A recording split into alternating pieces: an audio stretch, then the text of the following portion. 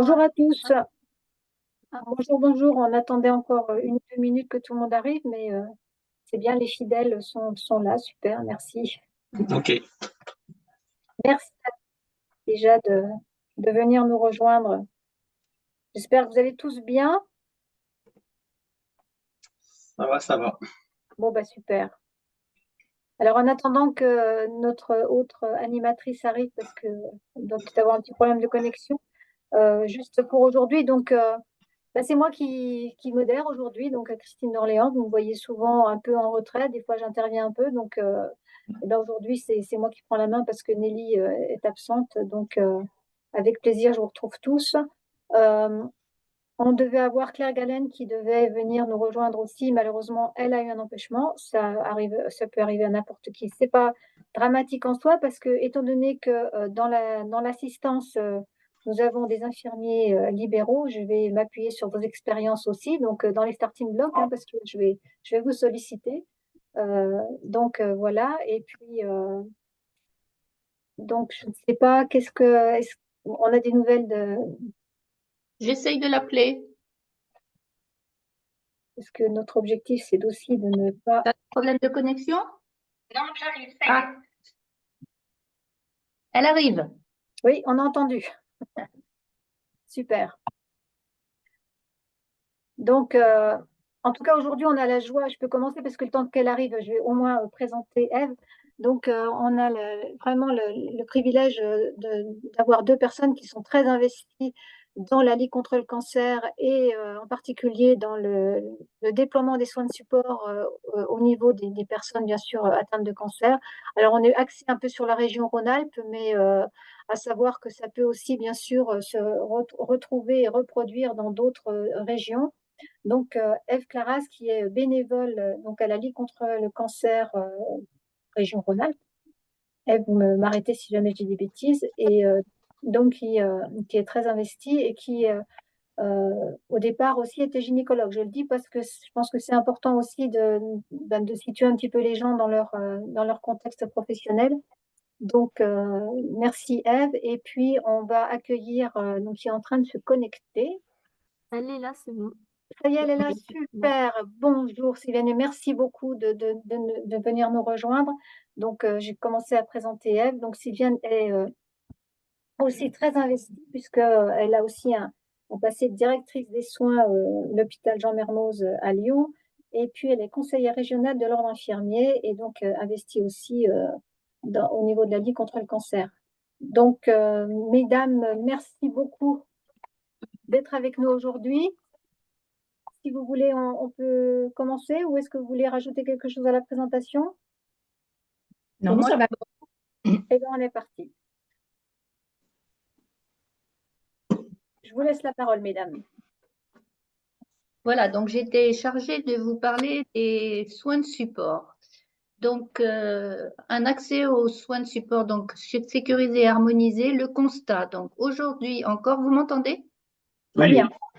Aujourd'hui encore, donc 24% des personnes n'ont pas été orientées vers les soins oncologiques de support, 19% de celles orientées vers des professionnels de soins de support y ont renoncé pour des raisons financières ou d'accessibilité géographique. Et 78% des personnes vivent toujours avec des conséquences du cancer ou des traitements, même plus de 16 ans après la fin des traitements. La C'est suivante. impressionnant, hein. C'est impressionnant ces chiffres déjà. Si vous avez des questions à poser, vous pouvez m'interrompre, il n'y a pas de problème.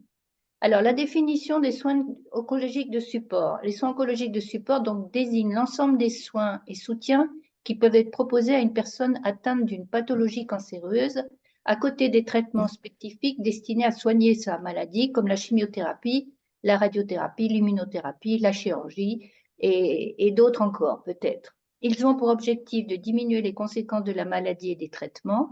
Pour cela, une équipe de professionnels spécialisés dans des domaines très différents mettent leurs compétences à la disposition des malades afin de les aider à supporter cette période difficile. C'est clair pour tout le monde. Je pense que tout le monde sait un peu, connaît au moins cette définition et pas de surprise dans ce que nous expose Ève. Non, pour moi, non. Alors, on continue. Merci Philippe. Alors, les soins de support sont toujours complémentaires et non alternatifs aux traitements médicaux. Ils peuvent être proposés pendant et après le traitement de la maladie, mais également lorsque les traitements du cancer n'ont plus d'effet. Donc, ce pendant et après, c'est important parce que les patients peuvent avoir fini leur parcours de soins, hein, donc chirurgie, chimiothérapie, radiothérapie, et se retrouver tout seuls chez eux. Hein. Moi, j'ai une patiente qui m'a dit, ah ben, j'ai fini mon parcours de soins et mon mari m'a dit, ah ben, maintenant c'est fini, on n'en parle plus. Bon, vous savez que quand quelqu'un a fini un parcours de soins, on ne tourne pas la page comme ça aussi facilement. Donc, les soins de support s'adaptent aux besoins des malades et de leur entourage. Alors, à quels besoins répondent-ils? Bon, ben ça, vous le savez, hein, la maladie a des répercussions sur tous les aspects de la vie quotidienne. Les besoins qui peuvent survenir sont nombreux. Les soins oncologiques de support peuvent répondre à certains de ces besoins, donc contrôler les symptômes et les conséquences de la maladie et de ses traitements, en cas de souffrance physique ou psychologique, pour rompre l'isolement, pour surmonter les difficultés administratives, pour apprendre à vivre avec les conséquences physiques qu'impose parfois la maladie, pour reprendre ou retrouver un emploi, pour reprendre le cours de sa vie, pour bien d'autres raisons, chaque malade ayant des besoins qui lui sont propres. Donc, on détaillera tout à l'heure les soins de support qu'on peut proposer aux patients. Voilà, je passe la parole à Sylvaine. Oui. Alors, donc, l'INCa, à un moment, a souhaité en 2007 définir de façon un petit peu plus précise les soins de support et a décidé de formaliser d'abord ce qu'on appelle un socle de base. Donc, le socle de base des soins de support qui doit être systématiquement proposé aux patients qui sont dans un parcours de cancérologie, c'est la prise en charge de la douleur, c'est la prise en charge diététique et nutritionnelle, c'est la prise en charge psychologique et la prise en charge sociale, familiale et professionnelle. Donc, vous voyez que ces quatre soins de support, c'est ceux qu'on retrouve traditionnellement dans les établissements sanitaires. Ils sont proposés aux patients au cours de leur parcours de soins et ils sont considérés comme étant partie intégrante de la prise en charge de ces parcours de cancérologie. La diapositive suivante. Alors, ensuite ont été définis 5 soins oncologiques de support complémentaires. Donc, l'activité physique, les conseils d'hygiène de vie, dont notamment le sevrage tabagique, le soutien psychologique des proches et des aidants des personnes atteintes de cancer, le soutien à la mise en œuvre de la préservation de la fertilité et la prise en charge des troubles de la sexualité. Et puis, 2 techniques particulières d'analgésie ont été ajoutées à ce moment-là. C'est l'hypnoanalgésie et l'analgésie intratécale. Donc là, vous voyez encore des soins de support qui peuvent être proposés directement en établissement hospitalier, mais aussi en ambulatoire, et qui vont s'adresser à la fois à la personne, mais en même temps aussi, hein, et ça c'est un élément important de l'évolution, aux proches, hein, et aux aidants de la personne atteinte. La diapositive suivante. Alors, je crois que c'est encore moi ou non, Oui, c'est oui. Non, c'est toi, vas-y. Alors, donc le panier, en fait, la Ligue contre le cancer, elle s'est organisée depuis de nombreuses années pour proposer des soins oncologiques de support aux patients, et elle reprend notamment des soins oncologiques de support non médicaux de ce panier de référence, et elle y ajoute en plus la socio-esthétique parce que c'était quelque chose qui était déjà proposé depuis de nombreuses années à la Ligue. Et dans la stratégie décennale de lutte contre les cancers 2021-2030, l'INCa a prévu justement d'étudier ces apports de ces soins oncologiques de support qu'on considérait un petit peu plus, je dirais, annexes, hein, comme la socio-esthétique, pour voir vraiment si on les intègre également après cette évaluation qui va être prévue. Donc, du coup, la Ligue, elle propose l'activité physique adaptée, elle propose le soutien psychologique. Alors, aussi bien pour le patient lui-même que pour éventuellement ses proches. Elle propose des conseils diététiques. Elle propose donc les soins socio-esthétiques avec soit des socio-esthéticiennes, soit des socio-coiffeuses. Elle propose de l'action sociale, bien sûr, et elle propose également la sensibilisation au sevrage tabagique, en dehors du fait que la Ligue est également un militant sur tout ce qui est la notion d'espace sans tabac, notamment dans tout un tas de lieux fréquentés par le public et éventuellement par les enfants également. Ça, c'est un petit peu annexe, mais j'en profite pour le citer. La diapositive suivante. Donc, Ève. Alors là, je vous présente les soins de support qui ont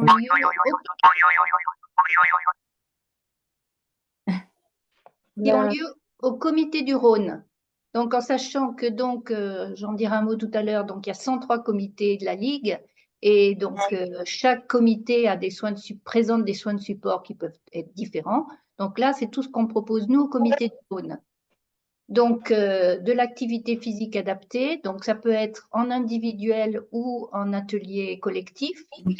Une aide au retour à l'emploi, donc on fait des ateliers, plusieurs dans l'année, avec un atelier une fois avec la psychologue, une autre avec le médecin du travail, une autre avec du relooking, une fois avec une avocate.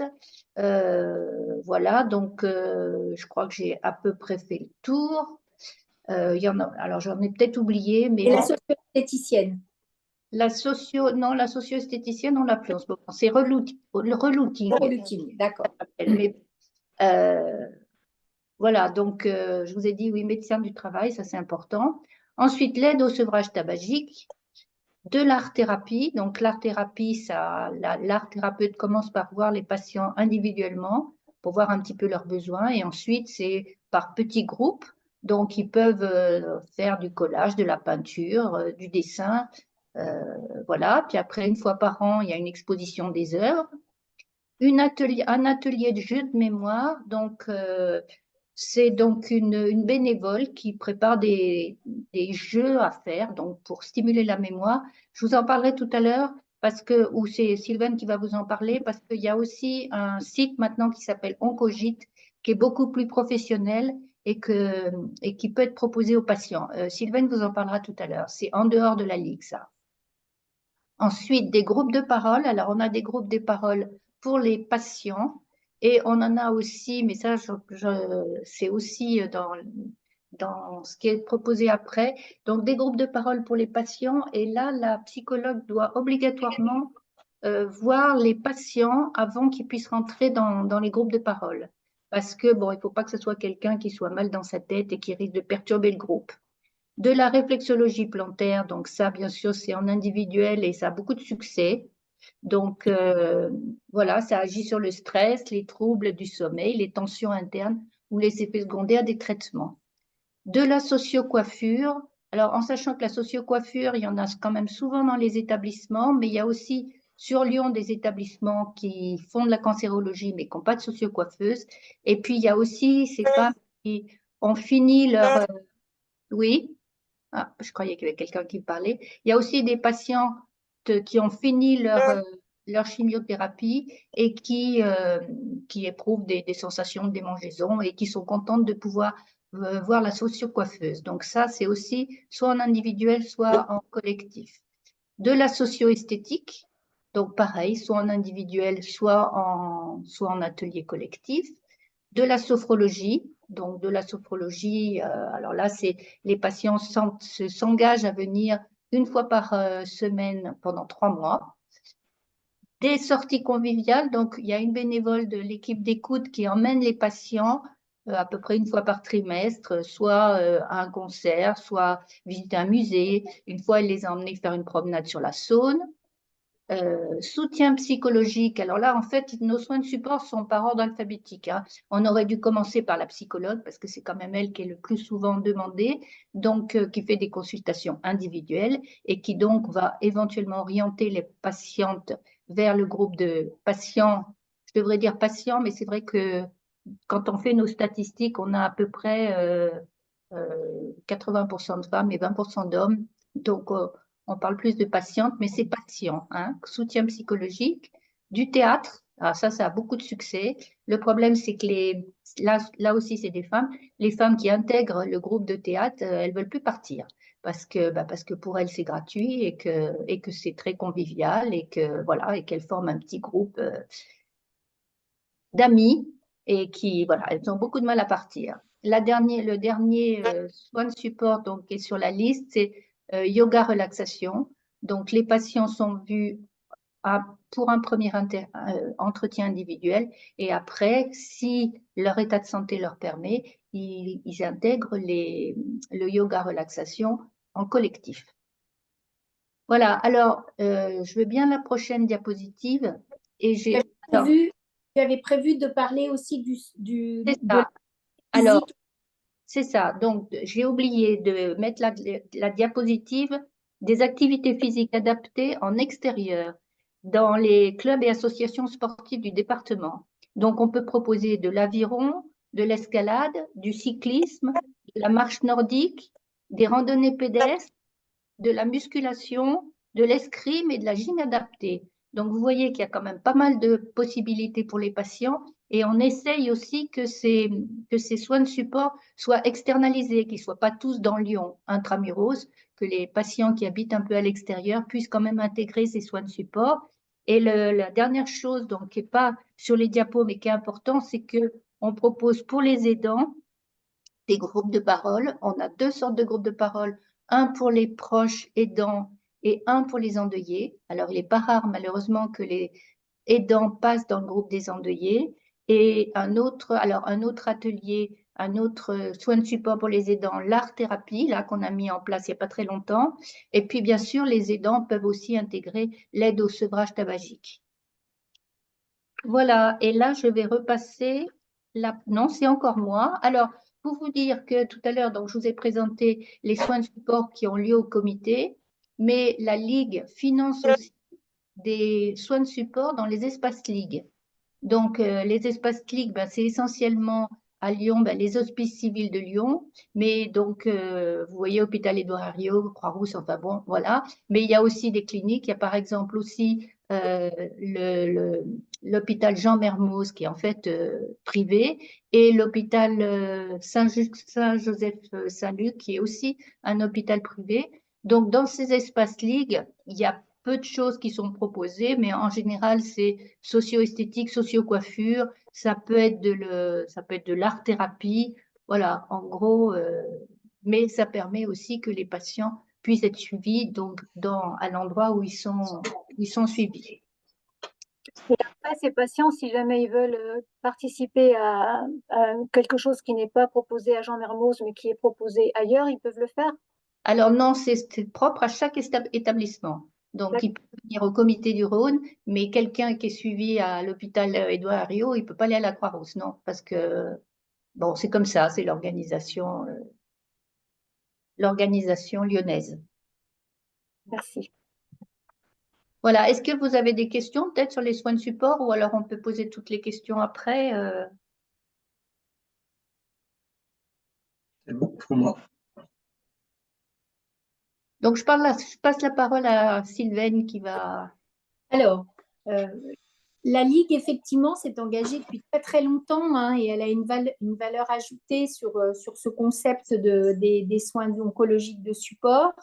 C'est le seul opérateur qui est présent sur l'ensemble du territoire. On a parlé tout à l'heure de tous les comités. On a vraiment un rayonnement sur l'ensemble des territoires et chaque comité est au plus près hein, du terrain. C'est une organisation vraiment départementale.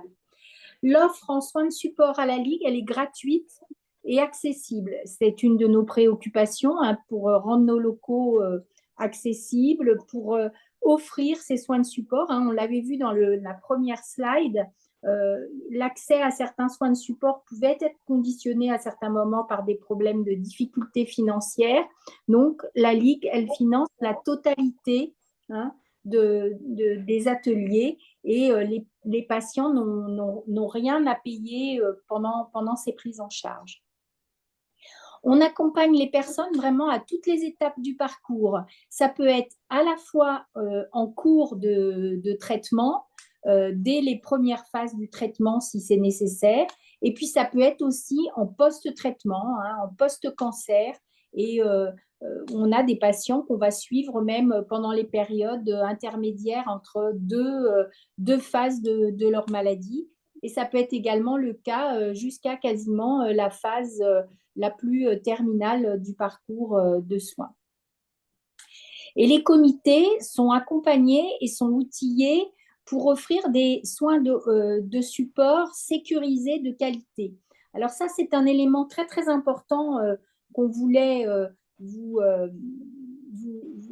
sur lequel on voulait attirer votre attention, c'est la nécessité de vérifier que l'organisme qui va proposer éventuellement un soin de support correspond à des normes, je dirais, de sécurité. Alors, à la fois sur le plan physique, mais même aussi sur le plan, je dirais, intellectuel. Alors, pourquoi on vous parle de ça? Parce que malheureusement, il y a un organisme national qui s'appelle la Miviluv, qui lutte contre les dérives sectaires.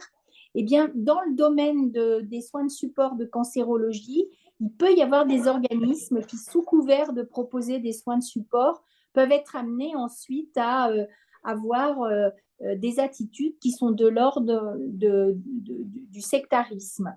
Donc, ça, c'est un élément très important pour nous, c'est-à-dire qu'on vérifie toujours le statut de l'association qui propose éventuellement ou de la personne qui propose ces soins de support et on teste, entre guillemets, avant de mettre à disposition des personnes ces soins et ces différents ateliers. La diapositive suivante. Alors, justement, on cogite. Alors, dans le cadre de la prise en charge en cancérologie, et notamment lorsqu'il y a des traitements assez lourds et invasifs, il y a des effets secondaires qui sont de l'ordre des troubles cognitifs. Ça, c'est une plainte que les patients expriment souvent, c'est d'avoir l'impression, entre guillemets, d'un espèce de difficulté à se souvenir, de difficulté à réfléchir, de ne pas avoir récupéré toutes les facultés intellectuelles qu'ils pouvaient avoir auparavant. Donc, la Ligue nationale a signé une convention avec un organisme qui s'appelle Oncogite. Alors, c'est une plateforme Internet sur laquelle les patients peuvent se connecter et ils vont avoir tout un tas d'ateliers et de jeux qui vont leur permettre justement de reconnecter leurs neurones. Hein, c'est tout à fait…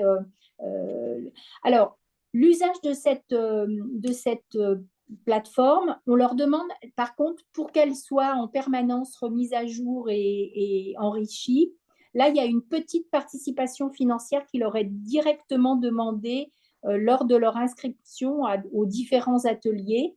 Mais en tout cas, c'est vraiment une solution très professionnelle avec effectivement des professionnels de santé spécialisés sur ces questions qui président à l'organisation et à ces parcours qui sont proposés aux patients pour travailler sur cette notion de perte et de troubles cognitifs. La diapositive. La participation financière, elle se monte à combien? Oh, je crois me souvenir que c'était genre une inscription de 20 €, quelque chose comme ça. Ce n'était pas extrêmement coûteux. C'était quand même abordable. Alors, dans certains cas, il ne faudrait pas que ça soit, mais si vraiment la participation financière était un frein, à ce moment-là, il y aurait toujours la possibilité de se retourner vers la Ligue pour faire une demande d'aide. Mais ce n'était pas quelque chose qui financièrement était extrêmement lourd et qui puisse… voilà, c'est abordable, entre guillemets. Mais c'est important de le préciser parce que justement, pour les infirmiers libéraux, quand ils ont des demandes, qu'ils puissent donner l'info. Merci. Voilà.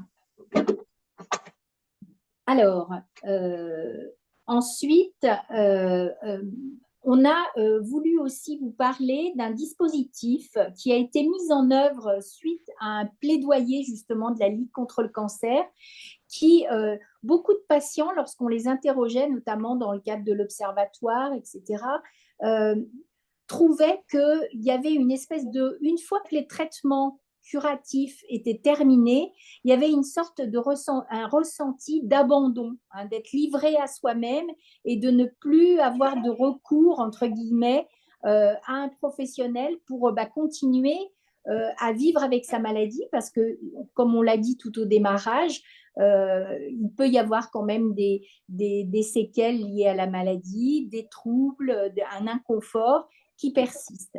Et donc, a été inauguré un dispositif qui s'appelle le parcours post-traitement cancer, qui peut être actif pendant la première année après la fin du traitement actif du cancer. Et ce traitement, ce parcours, il peut être prescrit par le médecin.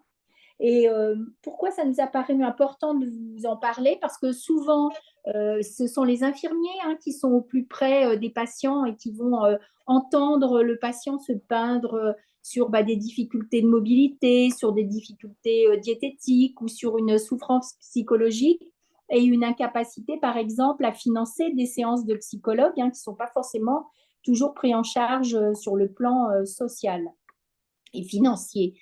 Donc, en tant qu'infirmier, savoir que ce parcours sur prescription médicale, il peut être prescrit aussi bien par l'oncologue, mais aussi par le médecin traitant. Et il y a 4 organismes sur la région lyonnaise, sur le Rhône, qui se sont engagés pour être support de ces parcours, puisque de la même manière, nous sélectionnons les professionnels qui vont faire ces différents soins de support et nous nous chargeons d'organiser le financement de ces soins de support. Le patient, pareil, n'a rien à payer. C'est pris en charge financièrement par un budget ARS. La diapositive suivante pour avoir un petit peu plus d'explications.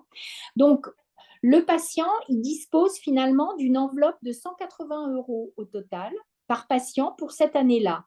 Et donc, il peut mixer et choisir de faire soit un bilan d'activité physique adaptée, soit un bilan diététique, soit un bilan psychologique avec ou sans suivi, et de la même façon avec le bilan diététique. Et en fait, il va pouvoir, dans la limite des 180 €, soit faire uniquement une activité, soit faire un petit peu des 3 en fonction de ses besoins et de son profil. Et c'est un des rôles justement de la Ligue, quand on reçoit ces personnes, de les orienter. Alors, le bilan d'activité physique adaptée, par exemple, c'est intéressant parce que ce sont des éducateurs qui sont spécialisés, qui vont identifier avec la personne, en fonction de leurs séquelles, quelle typologie de sport éventuellement adapté ils peuvent reprendre. Et donc, avec quand même la garantie d'avoir un professionnel qui a bien évalué vos possibilités et qui va également les orienter dans les dispositifs et notamment va lui indiquer des clubs de sport qui font de l'activité physique adaptée. Il y a de nombreux clubs sportifs qui finalement ont une section à l'intention des patients porteurs de maladies chroniques ou de handicap. Donc ça peut être très intéressant.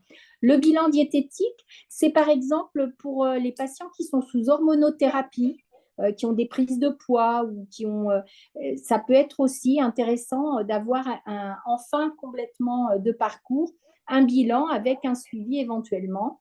Et puis sur le plan psychologique aussi, Ève le disait tout à l'heure, quelquefois les familles considèrent qu'une fois que les traitements sont terminés, la maladie est terminée, mais certains patients ont encore besoin d'un appui psychologique pour arriver à vivre avec cette maladie et les conséquences qu'elle a pu avoir.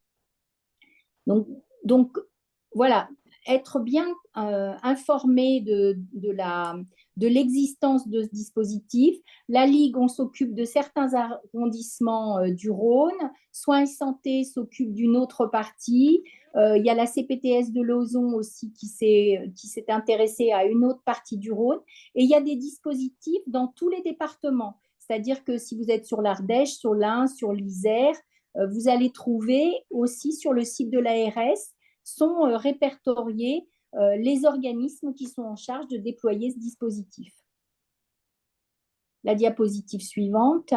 Donc, il y a un modèle de prescription qui est disponible sur le site de l'ARS qui permet aux médecins du coup d'orienter sur quels sont les premiers besoins du patient. Et puis la diapositive suivante, voilà. Et donc ensuite, à l'aide de cette prescription, on se charge d'organiser les rendez-vous pour le patient et on l'oriente vers les différentes ressources nécessaires. Je te redonne la parole, Ève. Voilà, donc on a fait un petit focus sur toutes les missions de la Ligue, hein, en sachant qu'il y en a 4. Donc, accompagner pour aider, bon, ben ça, c'est aider avec les soins de support dont on a parlé. La Ligue peut aussi offrir une petite aide financière, bon, qui va jusqu'à 450. Je parle du comité du Rhône, hein, parce que chaque comité a d'abord des finances différentes et ensuite propose pas forcément la même somme. Bon, à Lyon, le Rhône, on propose jusqu'à 450 €. Donc, c'est pas beaucoup, mais ça peut aider à compléter un loyer. Enfin, bon, ça peut aider quelquefois aussi pour des perruques, enfin, quand c'est pas complètement remboursé, enfin, pour certains soins pas complètement remboursés, voilà. Mais c'est selon les ressources et le dossier est fait par une assistante sociale. Alors, on offre donc jusqu'à 450 € par mois. On offre aussi, toujours pour les gens précaires, une aide ménagère à la sortie de l'hospitalisation.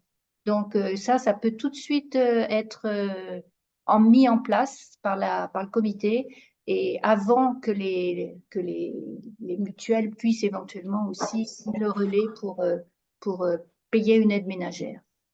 Alors, chercher pour guérir, ça c'est la deuxième mission.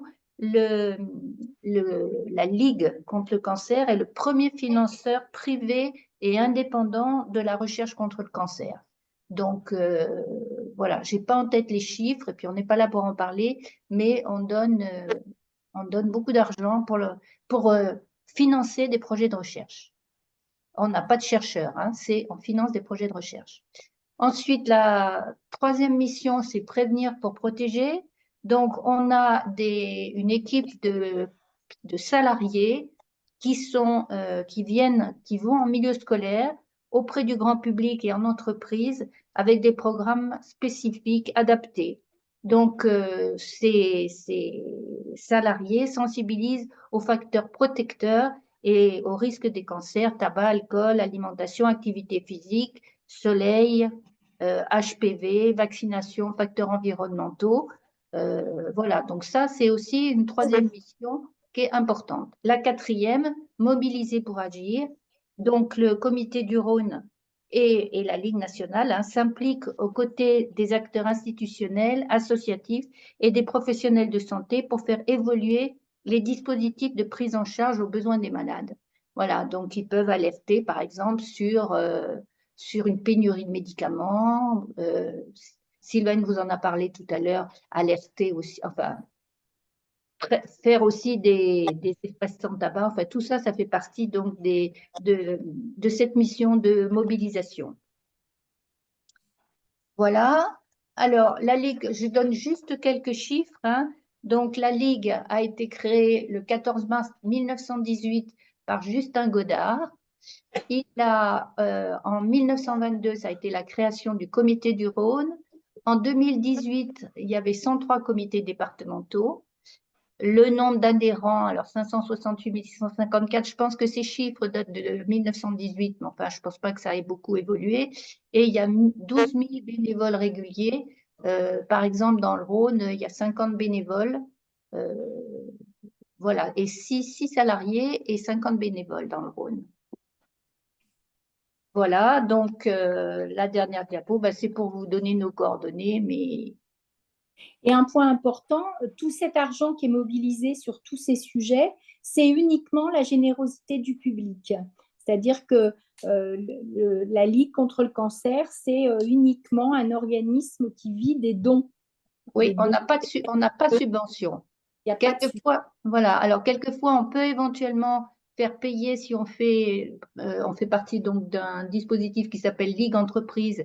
Donc, on va dans les entreprises. Alors, ça, c'est dans le secteur prévention, mais on va dans les entreprises pour parler du cancer, pour alerter donc les managers et puis pour faciliter aussi le retour à l'emploi donc des salariés. Et donc, quelquefois, on peut faire payer quand même un petit peu les entreprises, mais sinon, on ne vit que de dons. Voilà, je crois que c'était la dernière diapo. Tout à fait. Eh bien, merci beaucoup pour cet exposé vraiment très intéressant qui nous a permis de survoler tout ce que la Ligue peut proposer et puis ce qu'est la Ligue déjà au départ. En tout cas, moi, ce que je trouve qui est vraiment rassurant, c'est de se dire que déjà, tout ce que vous proposez, c'est vraiment super. Et en plus, vous supervisez, vous contrôlez aussi les personnes qui donnent, qui donnent des cours ou qui interviennent auprès des patients. Et je pense que ça, c'est vraiment aussi très sécuritaire parce que malheureusement, effectivement, des fois, les patients se laissent embarquer dans je vais pas dire des réseaux ou quoi que ce soit, mais bon, on a tous un peu des histoires comme ça, et franchement, de les orienter sur la Ligue, c'est vraiment une sécurité, et c'est vraiment très important que justement vous soyez là.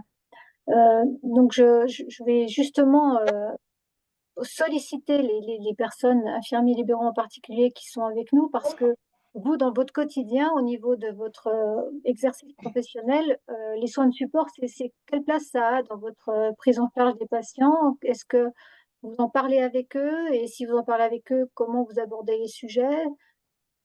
Je vous laisse la parole. Est-ce que vous pouvez nous dire, faire un petit peu un témoignage de comment vous repérez les patients? Alors, pour ma part, donc, ouais, pour ma part, donc, moi, comme je travaille pas mal avec le CLB, donc, du coup, ils sont quand même déjà beaucoup au courant de tout ce qui peut se passer. C'est vrai qu'on a moins tendance à parler de la Ligue contre le cancer, parce que du fait qu'ils sont pris directement en charge par le CLB, on n'a pas ce réflexe de les envoyer sur le comité non plus. Mais donc, ce qui veut dire, Philippe, c'est que ce que vous voulez dire, c'est qu'en fin de compte, les patients, ils arrivent, ils ont déjà l'information quant au possible accès soins de support parce qu'ils sont pris en charge par le CLB. Oui, normalement, oui. Ils l'ont tous, normalement, hein. Après, Normalement, parce que par ouais. exemple, CLB ne parle pas du parcours de soins post-cancer. Non, ça, ils n'ont pas, ils en parlent Voilà, pas. parce que eux, ils ont normalement une consultation aussi à la fin du parcours de soins et ils proposent certaines choses, mais c'est un petit peu dommage qu'ils ne parlent pas de parcours de soins qui a été mis en place par l'ARS, parce que, Non, parce que ça, voilà. Et ils puis n'en je parlent pense pas. que voilà. Et puis je pense qu'il y a aussi des patients qui ont par exemple juste une opération et qui vont pas forcément à cette consultation de fin de parcours. Et ça, c'est important d'en parler. Mais est-ce Alors, que il faut sans savoir, parler- c'est que même si au centre Léon Bérard, il y a effectivement beaucoup d'offres, hein, comme dans tous les centres de lutte contre le cancer, qui ont toujours été quand même aussi très en pointe sur ce qui était nécessaire dans un parcours de patients. Mais il faut quand même savoir que malgré ça, on a un nombre assez important de patients qui ont été traités au centre Léon Bérard et qui viennent ensuite après dans nos ateliers et qui trouvent par leurs propres moyens ensuite l'existence de soins de support complémentaires et qui vont les faire dans des lieux autres que l'hôpital. Parce qu'il y a aussi une chose qui est importante, c'est que les patients, souvent, ils en ont un peu assez d'être dans le sein de l'hôpital qui leur rappelle énormément de choses, et pouvoir aller faire des soins de support dans d'autres lieux qui ne rappellent pas l'hôpital, ça a aussi une importance pour eux. Et on a oublié de dire aussi, on en avait parlé, on n'est pas exclusif, la Ligue. C'est-à-dire que si on est face à une personne lors de nos entretiens qui a un besoin qui est fourni par une autre association, on va éventuellement lui indiquer qu'il existe, hein. On peut l'envoyer pour des ateliers d'éducation thérapeutique au centre Léon Bérard, on peut l'envoyer à l'association des Bonnes Fées pour des soins esthétiques. Enfin, on va aussi orienter vers d'autres solutions. On n'est pas exclusif. Si, par exemple, Europadona propose des choses qui sont très spécifiques pour les femmes atteintes du cancer du sein, on va réorienter ces femmes vers cette association si on considère que ce qui leur sera proposé là-bas correspond mieux à leurs attentes et à leurs besoins. Voilà. Après, c'est vrai que le comité du Rhône, hein, communiquent pas trop sur aussi par rapport aux infirmiers, hein. C'est-à-dire que si nous, on avait une communication de votre part, peut-être qu'on pourrait aussi donner cette information. On l'a pas. Alors c'est vrai que maintenant, c'est bien de le faire, parce qu'il y a les Voilà. CPTS, il y a tout ça qui peut aider. Mais c'est vrai qu'avant, sans CPTS, sans tout ça, bon, c'est un peu compliqué d'avoir toutes les informations. C'est bien pour ça qu'on a proposé cette petite séance au départ, hein, parce qu'on suivait le développement de ce réseau d'infirmiers. Et c'est bien pour ça qu'on a souhaité faire cette présentation, parce que vous avez tout à fait raison. Effectivement, jusqu'à présent, on avait un peu de mal à toucher, à donner de l'information. En dehors de notre site Internet, mais comme tout un chacun, pas plus, pas moins, quoi. Voilà. Et puis On c'est ne peut vrai que pas les aller à la patients, pêche aux informations tout le temps. non, Ouais. puis les patients, ils sont quand même enfin, ils recherchent quand même justement les possibilités qu'ils peuvent obtenir pour améliorer leur quotidien. Et je pense que c'est pour ça que c'est important aussi que les infirmiers soient bien au fait de tout ce qui est proposé. J'ai Ouais. vu que Magali, vous aviez levé la main, Magali, non? Ou c'était une erreur? Oui, bonjour. Bonjour, Magali. Oui, donc je suis Magali, je suis en charge de l'éducation thérapeutique au CLB. Je voulais surtout vous remercier déjà dans un premier temps pour cette belle présentation très claire et vous dire que vous avez tout à fait raison, il faut faire de la communication. Moi-même, j'ai découvert des nouvelles choses très intéressantes, surtout sur le suivi psychologique où on va pouvoir en faire de la communication auprès de nos patients. Alors, c'est vrai qu'on n'est peut-être pas bon sur la communication, on essaye de faire au mieux, mais c'est vrai que ces webinaires via la communauté de pratique voilà, vont ouvrir des champs et permettre de communiquer encore plus sur ce que vous pouvez faire. Donc, voilà, ce que je voulais juste rajouter, parce que en fait, ce que je voulais dire a été dit juste avant. En tout cas, un grand merci à vous. Merci Merci. beaucoup, Magali. Pauline, Amandine, dans votre quotidien, est-ce que Laetitia, je ne sais pas qui est derrière Laetitia, mais Laetitia, Pauline, Amandine, dans votre quotidien, est-ce que, puis pardon, j'ai oublié, alors c'est pareil, je ne sais pas quel est effectivement votre nom, mais est-ce que vous pouvez nous dire un petit peu, vous, comment votre retour par rapport à la prise en charge des soins de support auprès de vos patients? Alors moi, je suis Hélène, je suis infirmière libérale à Rennes. Ah, très bien, Et bienvenue. merci. Les soins de support ne sont pas connus par les patients. Je suis allée voir sur le réseau Onco Bretagne. Et donc, il y a certains qui sont bien mis mais ils sont rattachés surtout sur l'hôpital, le centre Jeanne Marquis, enfin les différents Saint-Grégoire, etc.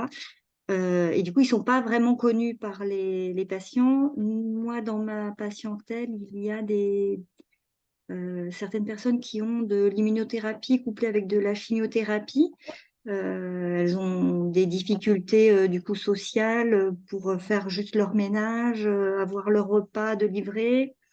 Du coup, moi, ce que je peux leur apporter, c'est de faire le lien avec les familles pour que ce soit mis en place, en fait. Et évidemment, le soutien psychologique, c'est aussi nous qui le faisions, puisque elles n'adhèrent pas à un réseau à côté, où elles sont limitées au niveau physique, donc elles ne sortent pas beaucoup.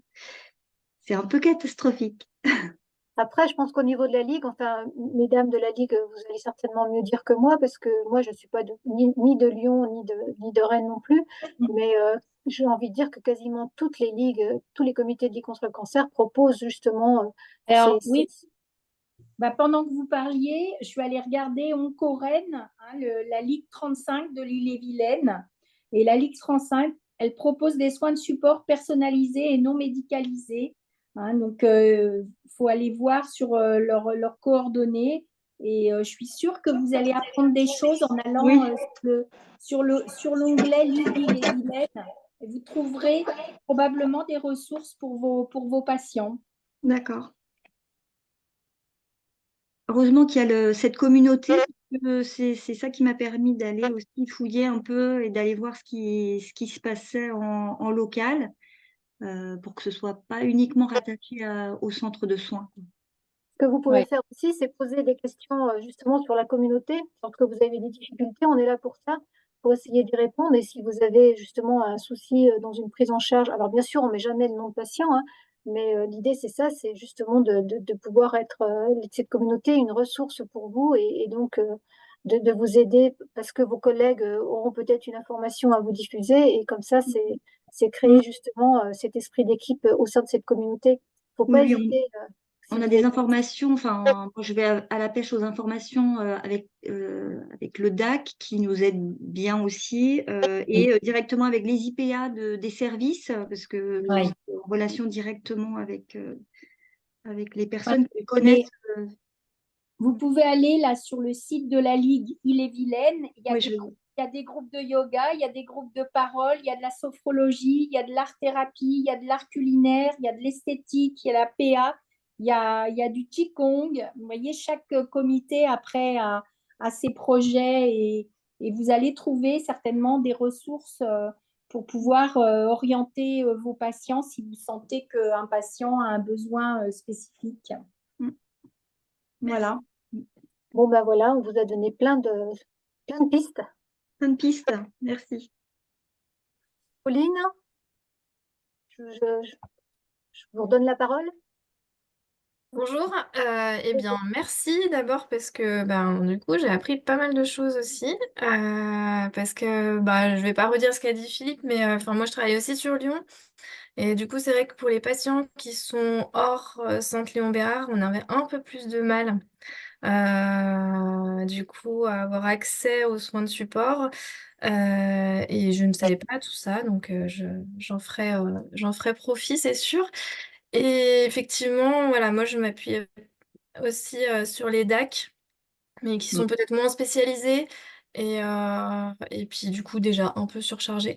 Euh, donc, euh, donc voilà, c'est vrai que enfin, quand on a des patients qui sont hors CLCC, c'est un petit peu plus compliqué d'obtenir des soins de support et des renseignements et même d'avoir, je dirais, ne serait-ce un quelconque retour ou de l'hôpital ou enfin à part le retour du patient, des fois on n'a pas d'interlocuteur du tout.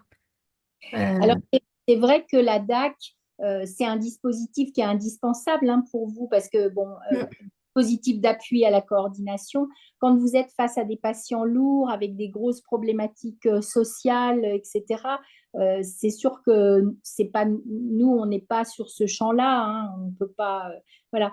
Mais par contre, c'est sûr que on est plus orienté vers le soin de support ensuite euh, pour le patient. C'est complémentaire, c'est pas exactement tout à fait le même objectif et voilà, ça peut être plus ponctuel en termes d'intervention. Alors, il y a bien sûr le dispositif d'aide hein, aux malades.